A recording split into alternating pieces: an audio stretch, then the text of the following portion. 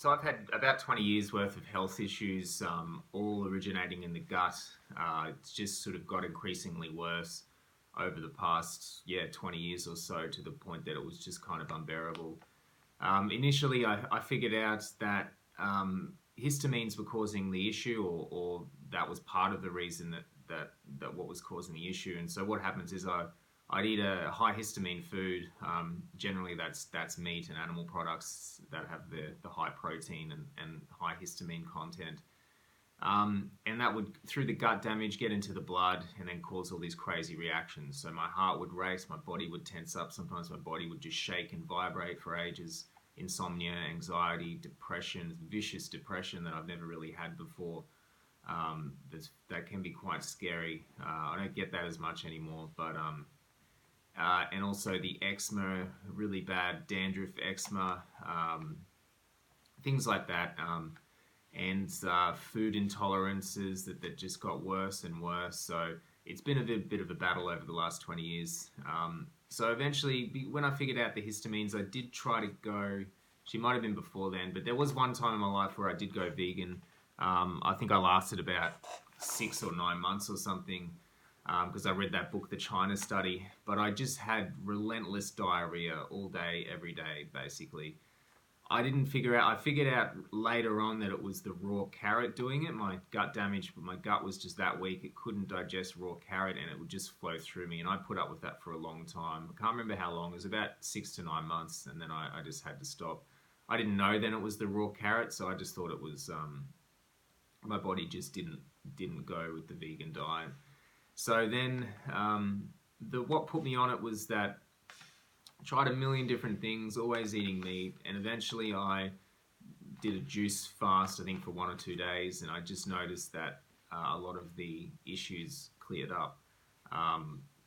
Like I wasn't inflamed, I slept better, felt so much better, felt very peaceful, and was still strong in the gym and able to work out, had energy and all that sort of thing. And so that's when I realized that I can just function on fruit and vegetables alone if I need to. So that sort of gave me the guts to try the vegan diet again.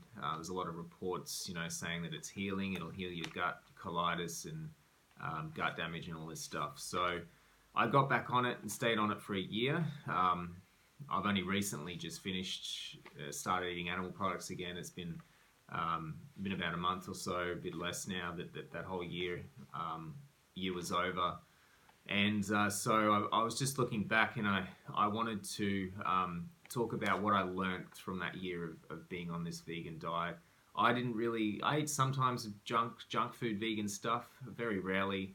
I was mainly whole food vegan, so a lot of the stuff I'm going to say will be based on that. In and itself can cause a lot of issues.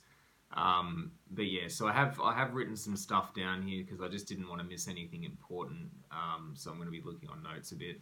So the first thing is the practical aspect of the vegan diet. So when you cut out animal products, life just gets a bit simpler. You go to the shopping center or the supermarket, and you don't.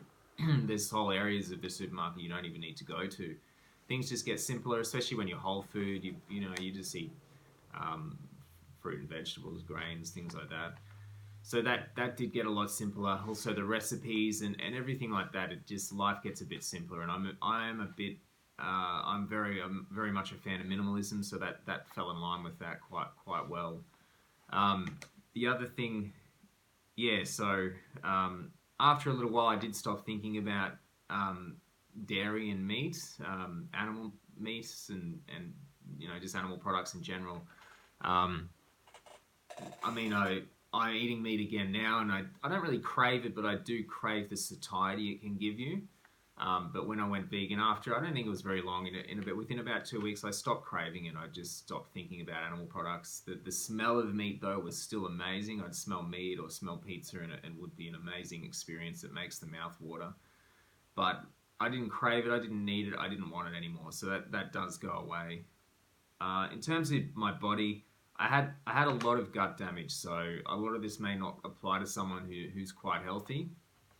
But I could never put on weight. It wouldn't matter what I ate, how much I ate, if I did nothing. It just did not matter. I could not put on weight no matter how hard I tried. I think the amount of fiber you eat when you're on a whole foods plant-based diet can be difficult for people with gut damages to digest. I believe that's probably why the sort of relatively new carnivore diet does work for a lot of people, because there's no fiber, digests much easier in a way. So, so yeah, uh, it does digest very quickly. Vegan diet, I was eating bowls and bowls of fruit and vegetables, and I'll just be hungry again after an hour or so. Now that I'm eating meat again, when I first ate meat, I remember I ate salmon, just this sense of fullness, and that lasted for so many hours that I hadn't had for the whole year of being on the plant-based diet. Um, because of that, the plant-based diet might actually be more expensive. Just the quantity of fruits and vegetables that I was buying was getting up there quite a bit. Um, and what I did find was that because I was on the whole food version and I tried not to take supplements, is that if I didn't eat leafy greens, I tend to get a lot more unhealthy. I'd start reacting to all these foods, get all these problems. So one thing I'd always suggest to people is if they're eating the whole food plant-based diet, leafy greens are essential. They don't seem essential when you eat animal products, but if you're not eating them, leafy greens every day. I just started eating a huge salad every day with a ton of greens in there. That fixed a lot of the problems that started happening when I wasn't doing that. So yeah, I did lose a lot of strength in the gym. I'm not sure why. It might have to do with the gut damage. Also, I refuse to take supplements. I'm sure most of the bodybuilders and strength athletes and sort of athletes like that who are vegans do take a lot of supplements. I refused to, because I don't think that's right. I need to experience food as it is, and if it doesn't work, it doesn't work. I don't want to have supplements to make up for things. Um, if I was to have to support a vegan diet while doing heavy fasting like I'm doing at the moment, which I probably will trial for a bit to see how it goes with the flare-ups. So if I'm doing, say, 24, 48, 72-hour back-to-back fasts or even longer, and I had to eat vegan, I would definitely be taking supplements. I don't like to, but it would just be a worthy sacrifice to do until things are healed, and then I can eat meat again. Just because I tried doing the fasting on the vegan diet, it just didn't work. I just got dizzy. I got all these problems, so it just could not keep up with it. So I'd be taking protein, iron, B12, all that sort of stuff if I was to do the heavy fasting schedule.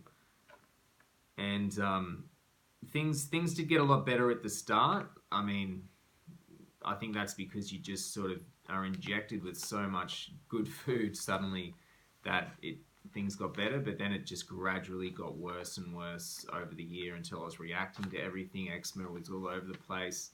It just got worse. The main two things I liked about the vegan diet was that it led me to this fasting lifestyle that I'm now leading, which is all about fasting. Fasting is the primary goal, the primary focus. Food is the secondary focus. So this is quite slowly, but obviously making things better for me. Without the vegan sort of community do talk about fasting a lot, and they got me onto it, and so I'll be forever thankful for that. But I do intend to continue eating animal products. They do make me flare up at the moment, but when I am healed, I will continue to do it, because it makes sense to me that they maintain strength, and I don't need to take supplements when I eat them. So that then I am intending to continue to eat them in the future. And yeah, the final positive thing that I found was I just loved eating these huge bowls of fruit, especially watermelon. So I don't know, I still do it even though I eat animal products now. I still do it today, where I just get this massive pleasure out of eating these huge bowls of fruit or huge bowls of watermelon. It's amazing, especially after you've done some heavy exercise, gone for like a 5-hour cycling marathon or anything. It's just an amazingly pleasant experience doing that. So that's definitely one of the other benefits. And I think I think that's basically it. So hopefully some people might have got some things out of that. It was definitely an awesome experience. and it led me to this fasting journey, which to me is the key to optimum health. I'm currently on a dry fast. I've been about, I think, yeah, it's been just over 24 hours. I'm aiming for 72 hours. I've never been this long on a dry fast, so loving it so far. So I'll be releasing a video about that probably in the next couple of days. Cheers, guys.